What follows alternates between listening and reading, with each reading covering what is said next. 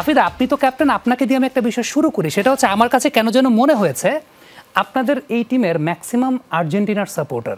কেন বলি আমি, সেটা হচ্ছে আপনারা শেষ ম্যাচে 7 গোল দিলেন, এরপর আর গোল দিলেন না। মানে রেকর্ডটা কি আপনারা ওই যে ব্রাজিলের জন্য রাখতে চেয়েছিলেন যে ওটা ভাঙবেন না, মানে আর গোল দিলেন না কেন?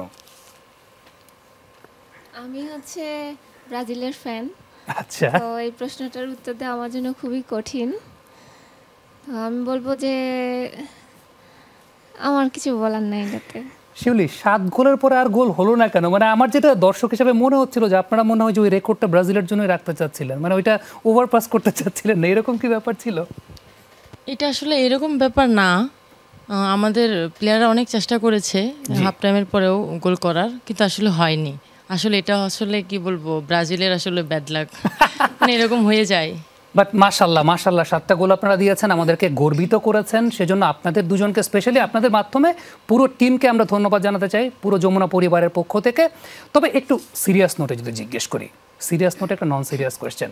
যখন আপনারা জানলেন যে আপনারা এশিয়ান কাপের জন্য কোয়ালিফাই করলেন, টিমের মধ্যে সবচেয়ে জোরে চিৎকারটা কে দিয়েছে আর কান্নায় ভেঙে পড়েছিলেন কে, আবেগে? আমরা সবাই খুবই খুশি ছিলাম মায়ানমারকে হারানোর পরে।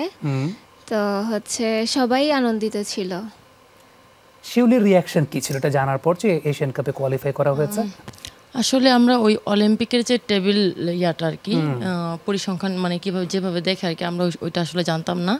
আমরা যখন রুমে আসলাম, আসার পরে দেখলাম যে ওয়েট করতেছিল যে বাহরাইন আর হচ্ছে তুর্কমেনিস্তানের খেলা শেষ হওয়ার জন্য।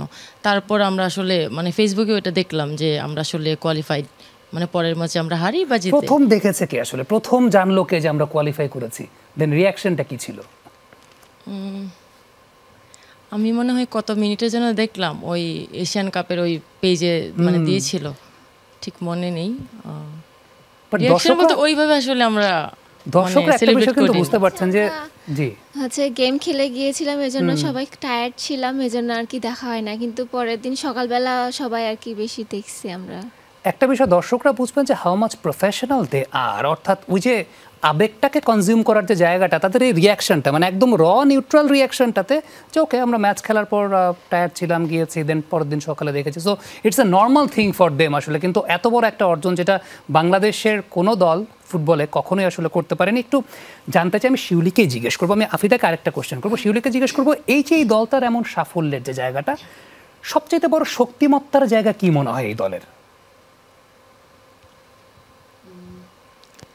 শক্তি বলতে আমাদের খেলার যে শক্তি, ওইটা? হ্যাঁ, বাংলাদেশ দলের সবচেয়ে বড় স্ট্রেংথ কোনটা? আমার মনে হয় আমাদের midfield and left side. Midfield এবং লেফট সাইড, যেটা ট্যাকটিক্যালি বলেছে। আফিদা, একটু কি মেন্টাল মোটিভেশন কিংবা টিম স্পিরিট, টিম বন্ডিং, এই জায়গা থেকে ক্যাপ্টেন কি কিছু বলবে যে এই দলটার মূল শক্তির উৎসটা আসলে কোথায়, কেন এই দলটা এত ভালো খেলে? আমি বলবো টিম বন্ডিং, কারণ আমাদের টিমের যে বন্ডিং ছিল গোলকিপার থেকে শুরু করে আমরা 23 জন প্লেয়ার সহ কোচিং স্টাফ, তারপরে আমাদের পিছনে যারা অহরহ কাজ করে যাচ্ছে ফুটবল ফেডারেশন, পুরোটা মিলেই হচ্ছে আমাদের এই আজকের সাফল্য।